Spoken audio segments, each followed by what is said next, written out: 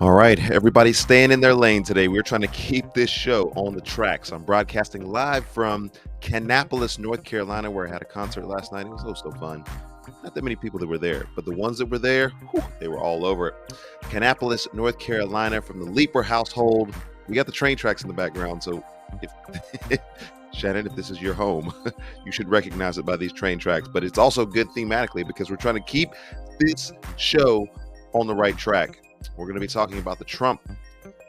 He's coming back 2024. You should start seeing those signs all over the place now. Trump 2024. I don't know who he's going to run with, but he's running. He's coming back. Enthusiastic group of people who are celebrating that. And in the process of that, you know how Donald Trump like to do. He's firing some shots. Shots fired at Ron DeSantis and probably some potential other challengers that are out there. But really, Ron DeSantis is the one that he's kind of looking at and saying, this guy, he was down here. Now he's up here, and he might be a problem. Jason and I are going to talk about this today on the Way Forward show and probably get into some really silly commentary as well. It's good for Christians to be able to talk about these issues. It's good for Christians to think about these issues and then try to figure out what the way forward for the Church of Jesus Christ is, as he is a pastor in Litchfield, Illinois, and the Way Forward show coming right at you.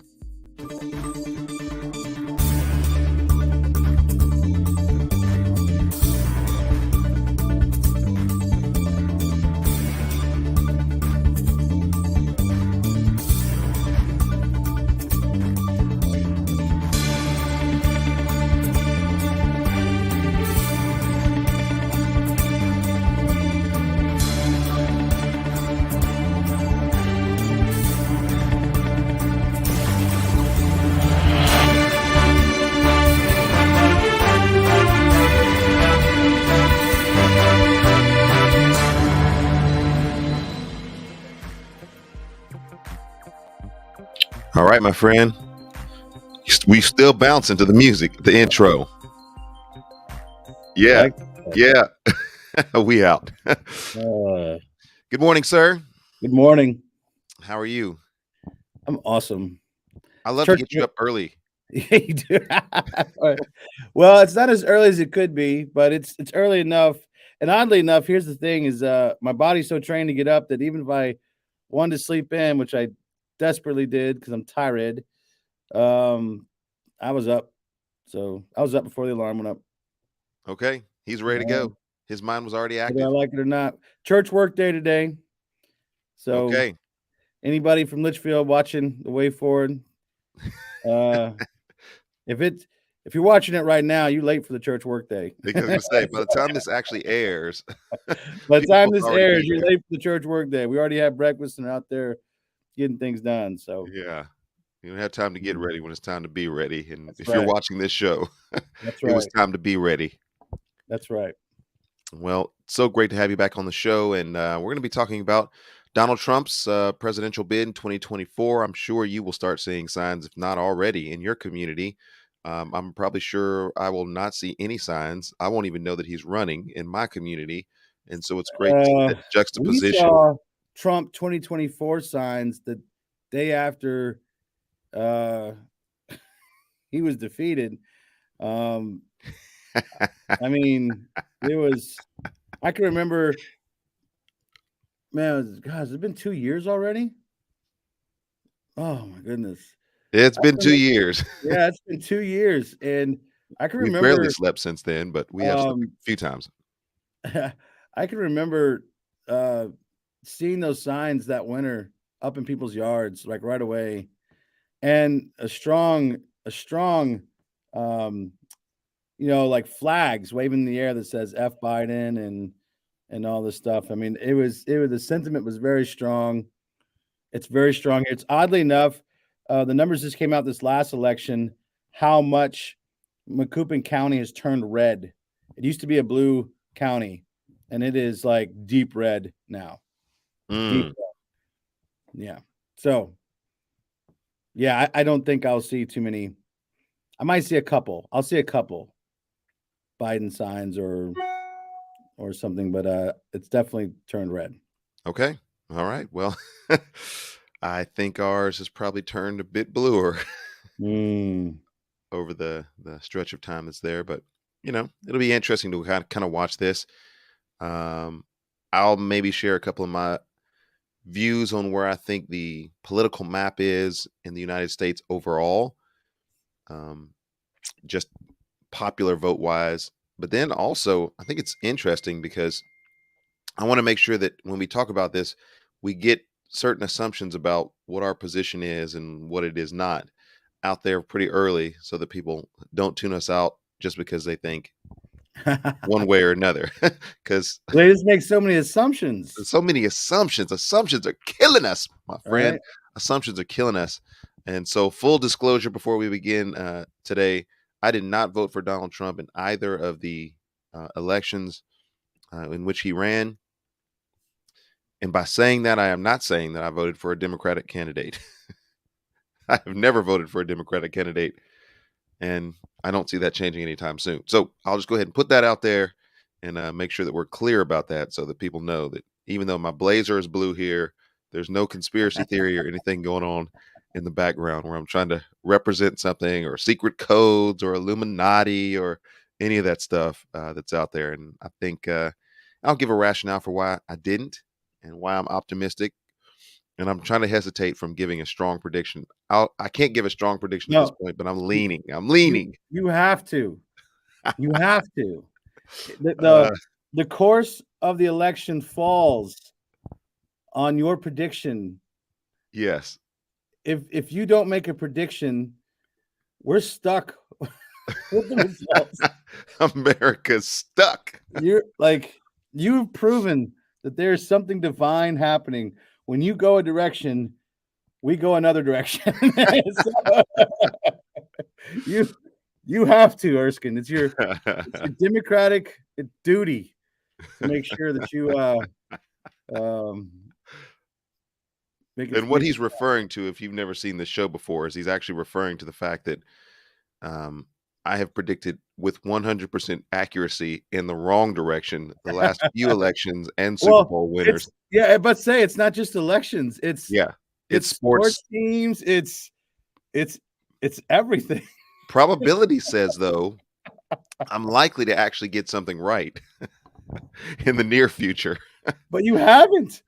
That's what makes it so amazing. Erskine is that we were waiting for that probability to work out, and you're busting all probabilities. Like you are. What can I say, America? It's prophetic. DeSantis is watching this now, and he's like, please, please, don't give me the kiss of death. I also have to suspend my campaign before I even start one. Yes. If you go down that route. So anyway, get us started with some prayer, my friend, and we'll get into this. I got some sound bites that I think are fun today. Comment section is turned on. We had to pre-record this because, like he said, he's church work day, and our brother's up in Kannapolis. He's got to find his way back to Nashville at some point. So I had a pre-record today, but comment section is on, and we're excited that you guys are a part of the Way Forward experience. Lead us, my friend. Father Emily, thank you so much for this opportunity to just gather and talk with Erskine and talk about weighty and mighty things, Father. The rising up of leaders among nations is in your sovereignty, and it's under your control, and you accomplish your will through the whole thing. So they are weighty, Father, but help us to always seek just greater faith and understanding with a bit of humor, I pray, so that we can just keep our senses about us, Father. Help us to be a good, wise discussion for the way forward. In Jesus' name, amen. Amen. All right. That's good prayer, my friend. So good. Hallelujah. Hallelujah. All right. So there's the gospel choir. They're warmed up and full-throated this morning. Yes. Share at least this as we get into the announcement. President Trump, he's coming back. I know on the show that I did earlier this week, I had talked a little bit about, the announcement itself. It was over an hour long. Fox covered the entirety of it. I showed about the 50-minute segment of it, but there were 6 things that I looked at that were going to be struggles, according to the BBC. And one of those was his former record in handling of the virus. Both Democrats and Republicans had some issues with that. And I'd mentioned that he tried to take on Candace Owens. I don't know if that's a good career move. That was bad. That was Yeah. stupid. So Candace ain't playing. Got to listen. She ain't telling you twice. So January 6th, that was maybe a black eye, depending on, from what perspective. And even among some Republicans, obviously the Democrats are going to see that a particular way, but even among some of the Republicans, that became a blight on his record. Some of the legal issues that he's facing regarding election tampering in Georgia, civil fraud, class misdemeanors, various things related to his business dealings. And those things continue to be, if completely false, just an annoyance that continues to stay in the news. Yeah. And then tougher opponents this time: DeSantis, Mike Pence, Liz Cheney, and then a guy that was mentioned by the BBC that we had spoken about on this show, Tim Scott. Popularity, according to polls, well, we don't listen to polls anymore. Number 6 was the time. By the time he would take office, he would be 78 years old. No different than Joe, President. Yeah. And so I'd mentioned that just the sheer difficulty of watching a press conference these days with Joe Biden struggling literally to complete sentences is difficult to watch. And if we were to watch another American president deteriorating before our eyes in the presidency, that's maybe not a good optic. And so that might cause for some people reason for pause or caution in voting for a president that's that old. Nonetheless, those were 6 things, and I mentioned the 7th is because the Erskine Music team is not supporting him. That might make it tougher for him. With me, he's up here. Without me, with me, without me. So that's number 7. So anyway, comment on any of those things, and we'll get into some Officer Tatum stuff. Megyn Kelly, obviously, she knows more than both of us, and so she's already predicted victory by a landslide for Trump. So we'll get into some of those things today, and so give me your thoughts on any of those things as we get started here today, and then I'll play some sound. Give me thoughts on your 6. The BBC's, they gave 6, I gave 7, just basically being Erskine Music does not endorse President Trump, former President Trump. After this last midterm, I would think those 6 things would stand as issues. I just don't think they do anymore. Okay. Explain. Yeah. Well, you would have thought for sure, with just how bad the economy is and how much violence is up and the state of the nation, that Americans, whether you were Democratic or Republican, would just be like, okay, look, we're going in a bad direction. We've got to make some changes. Let's do it. And I know that Americans don't like change. I mean, we will keep rolling in crap, even though that's an interesting way to say that. However, when there was not so much even as a trickle of a red tsunami, so to speak, right?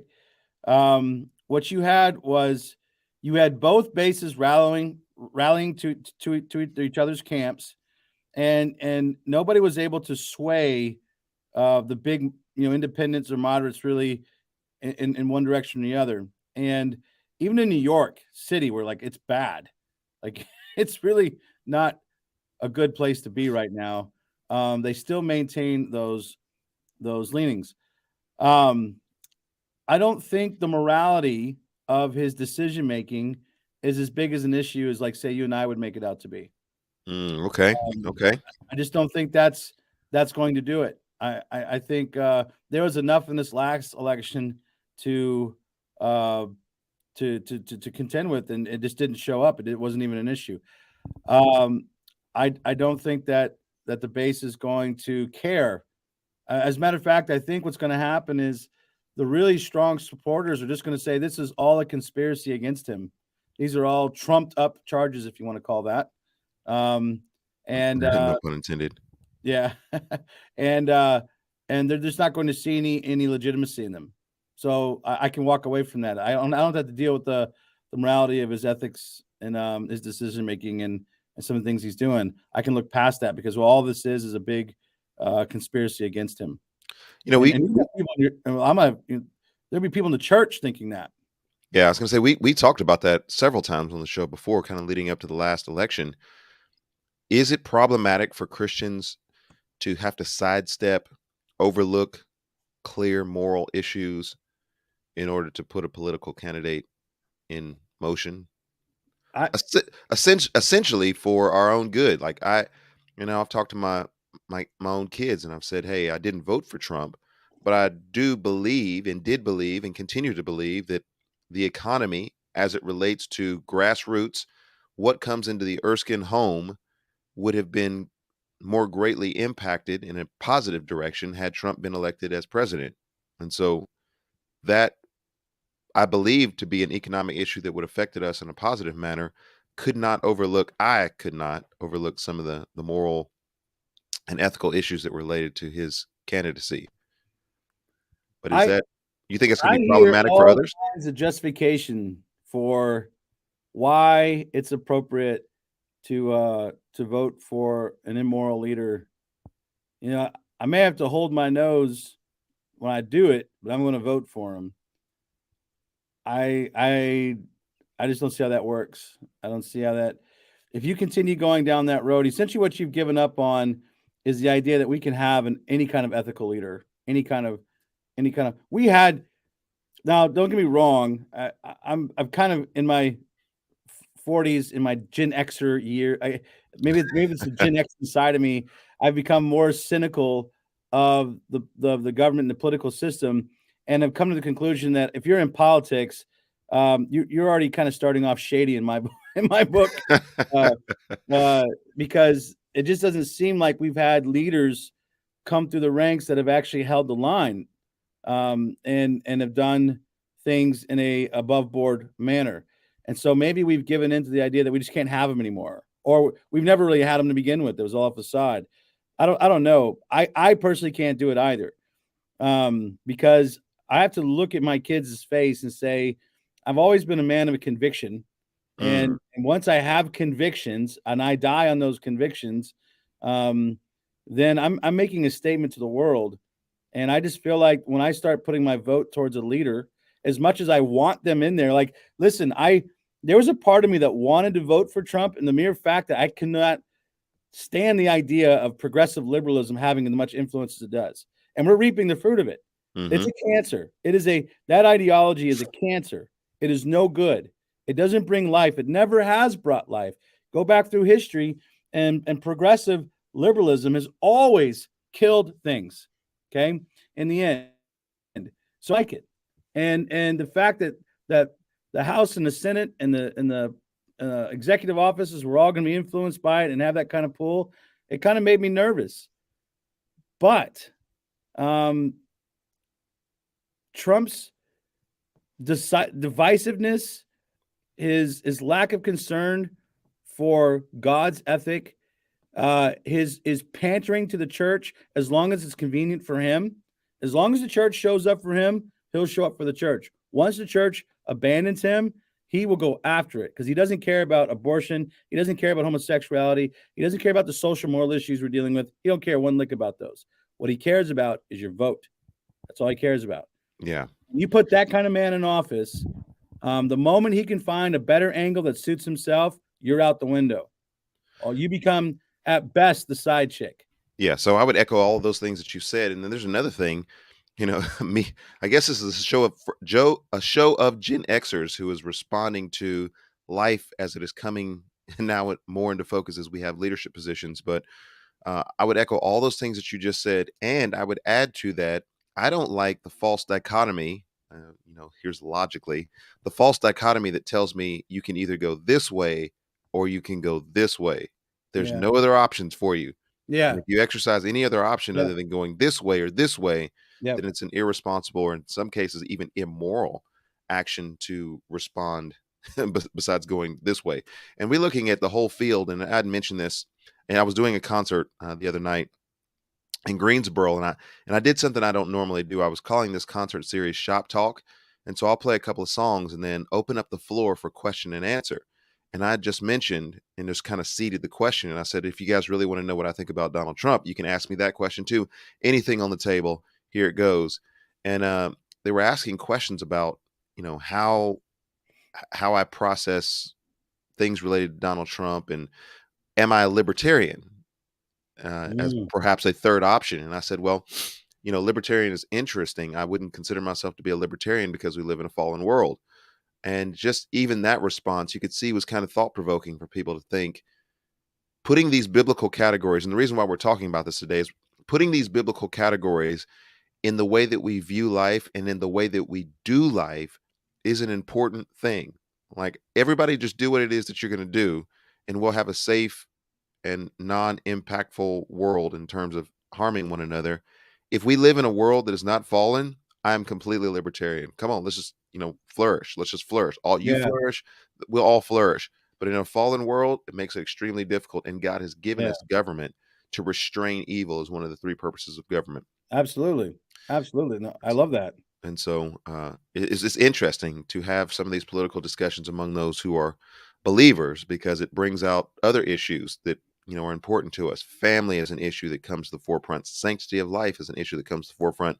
And as you were talking about, Jason, the church has so many times been co-opted by political candidates, and the church sometimes has misaligned themselves with political candidates for perhaps the societal benefit of getting political support for, financial support for causes that we see are important. And so that's part of the discussion. I want to get into some of these sound bites today concerning Ron DeSantis, because he, at this point, because of his overwhelming victory in Florida, is probably the front runner. And DeSantis is like, don't say it, don't do it. He's probably the front runner and maybe the toughest challenge for Donald Trump. Donald Trump came out kind of disrespecting DeSantis after he won the way he did. And then we get a response from DeSantis. And it is, I think, instructive for us as we continue to look forward. Now, first of all, I want to go into some of what Trump said regarding DeSantis, and just sort of give a context for that discussion. So here we go with that. Mr. Trump focused on attacking a potential 2024 rival, Florida Republican Governor Ron DeSantis. Ron DeSanctimonious. Calling him Ron DeSanctimonious, a quote, average Republican governor with great public relations. Average Republican governor with great public relations. Mr. Trump posting that, quote, Ron came to me in desperate shape before his 28. Groveling. He was on his knees, Gosh. just crawling up to Trump and saying, I need help. I need help. Can you just help me? I can't do anything. I'm not a man. 18 Florida election, and that he saved DeSantis from being, quote, politically dead. There's Ron DeSantis.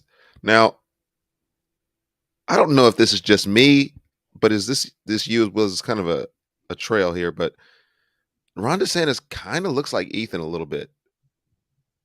My Yeah. Ethan? I could see Ethan if like more mature, filled out. No? Yes, no.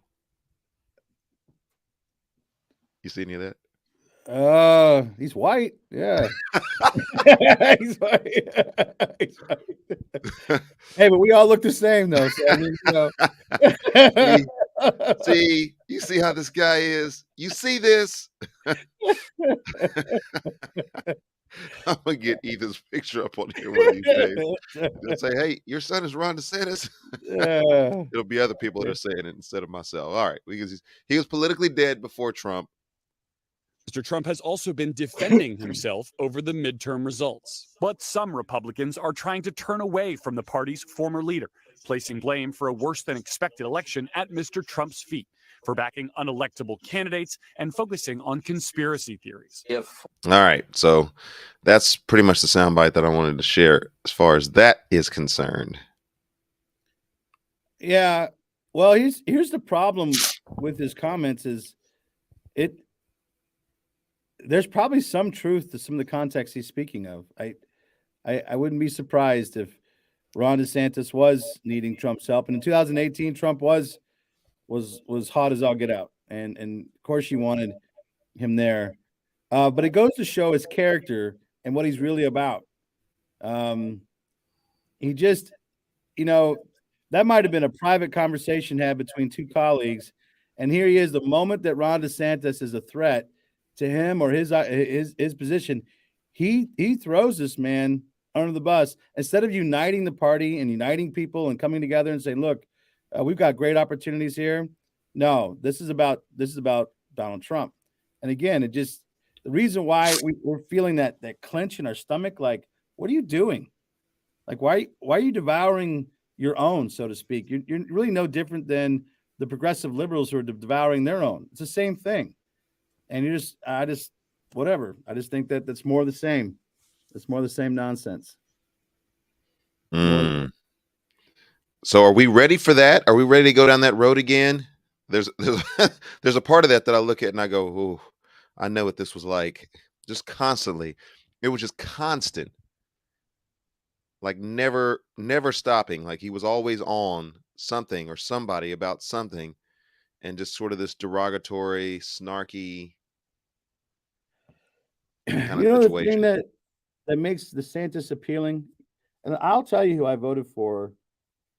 When you talked about the last presidential campaign, I voted for Tim Scott because Tim Scott held all of my values, the right to life, marriage, the economy, his views on government, his views on, and even some of his views in helping communities flourish, even minority communities, some of the things he's involved in, were all very appealing to me. And so when I looked at him, I thought, first of all, his value system lines up with mine. He's politically savvy. He seems to be very smart. He's down to earth. He knows how to talk to people. He's a bit of a team player. Mm-hmm. He draws his lines where he draws his lines. He's part of a church. He's very actively involved. These are all things to me. I'm looking like this is what a believer should be looking into. And what I would get back from people is, well, he's not electable because he's not Trump. He's on the front runners. And I said the reason why he's not electable is because people in the church are not electing him. We're going after the Trumps of the world, when in fact we should be going after the Tim Scotts of the world. I think DeSantis is now both. He's somebody who you potentially could like. He's a family man. He stood by his wife when she had cancer. He stood up to the wokeism in Florida. He was very clear. He was very firm in his convictions, but he didn't get derogatory. He didn't start fueling the fire with divisive and derogatory language. He just kept to the facts. He held his guns and he went after it. And he even took on Disney. I mean, he rallied Florida. Oh, he took on Disney. Yeah, he rallied Florida to not just be a possibility state, but this is now a deeply conservative state. I don't think that was Trump. I think that was DeSantis holding line. And then on top of that, by the providence of God, the guy has a hurricane smack dab right into his come across his state. And this guy knows how to get things done. And he got the state up and running in a few days. I mean, I don't know. I'm looking at this guy saying he's very electable, right? And he's right up our alley. Why in the world would we turn our attention to a guy whose character is obviously flawed, who's narcissistic, and is not really for us in our value system, when we have a candidate who actually fits the bill? That would be my like, why? And I think the idolatry of the church is going to show itself up because we can sometimes be as divisive as the next guy. I put a lot of the subtext that you had given me at the bottom of the screens. And so as people are hearing your comments about that, you sent a lot of information today. I put that up there for a reason, and this is going to make sense. I didn't realize that the Republican Party has a coalition of people in it. And this makes perfect sense because you and I would say we're conservative. I can't imagine myself voting liberal, but the fact that the progressives have taken over the party so much that none of their values really line up with my values. So I can't see myself going that direction. But I've always found myself kind of at odds a bit with the conservative party because I don't always feel like they represent my value system either. And then Pew Research put out this understanding, like there's like a coalition inside of the Republican Party. You've got your faith and flag conservatives, right? You got your committed conservatives, you got your populist right, and then you got your ambivalent right. And that's the four people that make up the conservatives. And what the conservatives have got to do is get all four of those people to really line up to get a candidate elected, right? But the problem is the ambivalent right and the populist right really don't care for Trump and his policies. And you would think that that's where we would be, right? The ambivalent populist right. However, we've got our deep religious convictions that influence our vote, which puts us in the faith and flag conservative group. That's the top group. That's the heavily Christian, America Constitution driven group. Is that the Christian nationalists? Yeah, well, that's where they would fit, right up there, right? Okay.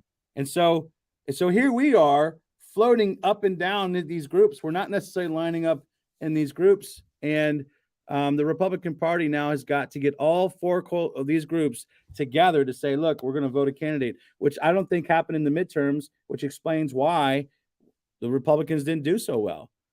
The coalition was not collating. It was not united. It was not coming together. And I think what's happening is the populist right and the ambivalent right is maybe increasing more. Okay. These are your more non-religious conservatives. And I've kind of made that argument before in the show that you're seeing a turn in conservatism away from the moral majority, away from evangelicalism, and toward this populist ambivalent right, which is why that group is going to be more inclined to accept the social values of our country. For instance, same-sex marriage and even abortion and, certain circumstances. This group is going to be more inclined to accept that. And as that group grows, you're going to have an obvious divide in this coalition to where you have your faith flag conservatives over here and your ambivalent populist right over here. And it's going to splinter off. And I think that if we're not careful, Trump is the knife that cuts that. He is going to cut it. And he's not going to be for us. He's not going to be for us. He will use us, but he's not. He's going to use us. He's going to use us, but he's not for us. Yeah. And so I think that's why I put those numbers up there, because I think they're worth looking at according to Pew Research. Yeah. So I put the Pew Research website there in case anybody wants to fact check this show. All right, let's bring Officer Tatum, Brandon Tatum, up into this thing. Brandon. Yeah, let's keep and it. If Brandon is watching our YouTube show, he is welcome to come on and comment. I like Officer Tatum. We watch him a little bit. He's kind of funny. Yeah, I would say he's funny. Okay, so anyway, you don't like Officer Tatum? Officer Tatum is doing a fantastic job. How can I be against Black empowerment in the way that is most appropriate? He's a Christian. He's a family man working in the community. I just think that some of the sensationalism is a little bit beyond what it is that I'm comfortable with. But you know what? It's sensational. I know as a Erskine music. The Erskine music, there's a close dichotomy between the two of those things, but there is a little bit of the rhetorical flourish and some of the things that we do on the shows that is a little bit outside of just Erskine himself. It's to grab your attention, folks. It's to make you listen. And I know that everybody's kind of got a little shtick, and Trump has a shtick, and there's Dave Ramsey has a thing that he does, calls people stupid. It's just it's a thing that makes people just go, whoa, pay attention. Wonder what my shtick is. Yours is kind of more of the you like to call people crazy. That's because they are crazy. Let me set you up for that one, bud. when you call certain women crazy, that's kind of crazy. Yeah. But here we go. This is, he does a good job on this. I will. And he's got over 2 million followers. We got like 200 followers. So, he's doing a great job. Did we celebrate that? Did we celebrate our 200 followers? What? I think I just made that number up. I'm hoping it's 200. I've Oh, got 877 subscribers on the Erskine Music Show, but I've got to believe, since it's streamed through the same channel, that 877 people are exposed to it. We probably have 400, 600. But anyway, I said we should, 200. we should celebrate that. We should be We like should celebrate that. our 400th follower. Let's just throw in. Hey, I identify as a YouTuber who's got 2 million followers. Well, Do you think I they'll do sue me? introduce myself now as a influencer. Yeah. Yeah, I say I'm an artist, songwriter, Christian influencer. I don't have that. And there's some people who don't know what that means. I'm like, hey, I have a YouTube I don't know what that, channel. I don't know what that means. You have a YouTube channel that you actively try to engage people with the issues. All right, here's Officer Tatum. He is there. DeSantis fires back at Trump. See, these guys that are professionals, they know how to like reel you in with, ooh, DeSantis is going to fire back. Well, let's look at this soundbite. The comment in the comment section, roll the clip. Okay, anybody have any questions?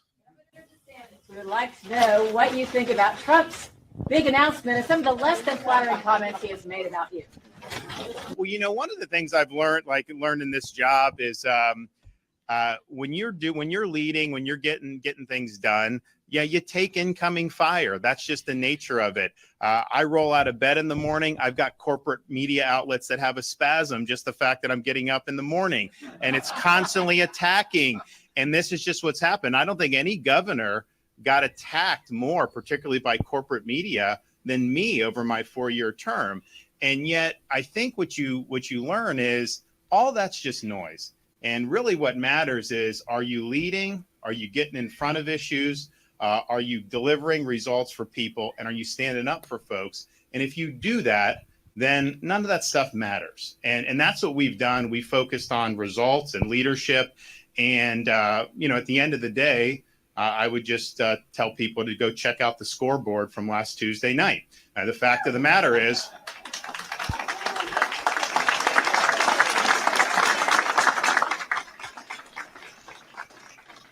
the fact of the matter is, it was the greatest Republican victory in the history of the state of Florida. Okay, so what do you think? What did you think about what Ron DeSantis said? Now I can give my opinion, because I wanted you to watch it and I want you to give your opinion and give your thoughts. I like what he says here. Donald Trump may have been in every right to go after Ron DeSantis and say what he said about Ron DeSantis, Glenn Youngkin. He may be within all of his rights to go after him. Ron DeSantis may be within all of his rights to go after Donald Trump and grill him and talk crazy to him if he wanted to. Now, what is the difference? Decorum, professionalism, and leadership. Ron DeSantis did not say Trump's name one time. He did not buy into the corporate media trying to pitch him and trying to get him to dog somebody or talk crazy about somebody. All he said was, this is what we're doing. It's nothing but noise. It's par for the course. And if anybody has a question about what I'm doing, check the scoreboard. That's it. I don't know what else to say. I wish I was calm as Ron DeSantis. I've been getting crazy on y'all. I wish somebody said something to me and I said, you know what? It's okay. People are going to come after me as a YouTuber that has 2 million subscribers and they're a very successful businessman and family man and Christian. And you can go down a list. People are going to come after me and it's okay. And all I would say is, for all the people that come after me, just look at the production value. Look at what we've been able to accomplish in 2 years. Okay, I'll leave it at that. I wish I was calm like that, but I ain't. And we ain't either. Yeah. We ain't either. So let's give me your reactions to that soundbite. That's exactly right. And that's what I look for in a leader. Like he just kept to the facts. He kept it down. He kept the volume down. He didn't go after and get, mean and divisive. And if the church is looking for somebody who could kind of hold the line and be wise with their words, why would you go for Donald Trump? Like, this doesn't make any sense. So I really hope happens is that the church begins to evaluate the real character of these leaders that we're looking into. Do not marry yourself to a party, right? I'm not married to the Republican Party, but when I find a candidate that really lines up and he's speaking my language and he's really got himself together and he's not going to divide the country even more with his rhetoric. Now his policies might be divisive in the sense that he wants to toe the line in conservative values. Well, that's going to happen because that's the nature of it, right? But he's not going to inflame it with his words. He's not going to inflame it with these attacks. He's going to stick to what needs to be done. I think that we prayerfully consider that person as somebody we can cast our vote for. Which again, this was why I thought Tim Scott was all those last election. And you know what? If Tim Scott were to run again, I think it'd be hard for me to look between the two because I think both are very good men. Both are solid leaders. Well, give us the way forward for the church. We're thinking through this issue this morning, and hopefully there's a lot of comments that come in. We go back and check the comments and try to respond to folks, if not in real time, in some time. So give us the way forward and let us think through what we're looking at. Well, I think, I'm kind of steep in James right now because this is what I've been preaching on. And we're at a place where one of the things that I've figured out about James, and I'm going to talk about this Sunday a little bit, is that James has been a bit of a full-blown mirror on me as I'm preaching through it and realizing just how much he exposes my sinful tendencies. And one of the things that has grabbed my attention lately is the arrogance that I tend to live in. And I think much of the church lives in, and that arrogance is revealed in three ways. One, it's the way we speak to each other, right? It's the way we talk, the assumptions we make about people. Two, it's the way that we do not surrender ourselves daily to the sovereignty of God. We just make all these plans as if God does not exist, and then when God interrupts those plans, we're mad at him as if he wasn't in charge to begin with. Good. And then it's the way we hoard our wealth. We're not generous and just with our wealth, and James brings this to light. And so he has to tell the church, stop speaking evil to each other. That shouldn't have to be said among the church, but it is, right? And you who sit there and say you're going to go down and do this and do that, don't you know your life is a vapor? It's a mist. And then stop exploiting the poor, right? Stop withholding the pay to them. And so that the three principles I grab from that is one is for my own self is I need to speak with charity toward my neighbors. I need to speak with kindness and generosity because that's going to humble myself before God and my neighbor and hopefully get something accomplished for the kingdom of God. Two, I need to understand I'm not guaranteed tomorrow. I'm not guaranteed anything. When I tack on that little saying of Lord willing, that is me trying to signify, look, God is absolutely in control of all things. He is in complete sovereign control, and he has determined the days of my life, and I'm living in the time I'm living in, and I will make my plans according to his will. And that means then if I am following these two things, I don't have to hoard my wealth. I don't have to exploit the poor. I can be absolutely generous, and I can be just with my possessions and the material things that God has given me. I would love to see a leader rise up with these three qualities. I would love to see the church vote for people who uphold these three things and hold on to them and value them so much that even if the popular consensus is to go after this guy, nope, the church is going to follow the one that really embodies these things, speaking charitably, surrendering to God's sovereignty, and not hoarding our wealth, but being generous and just with it. I just would be flabbergasted to see the church do that. Amen and amen. Thank you for that. And that's a good eye-opening way for us to kind of look into our own heart, look into our own soul. And if we begin doing that as a people, it would be remarkable to see how, as a collection of the church, capital C, in America, where our collective minds might go and what direction the Lord might lead us. This has been the Way Forward Show. Jason and Erskine talking about cultural issues that are of some importance, and hopefully giving the church some things we can think about, and some principles and scripture and prayer and a direction for us to continue to move. And so thank you, Jason, for your time today.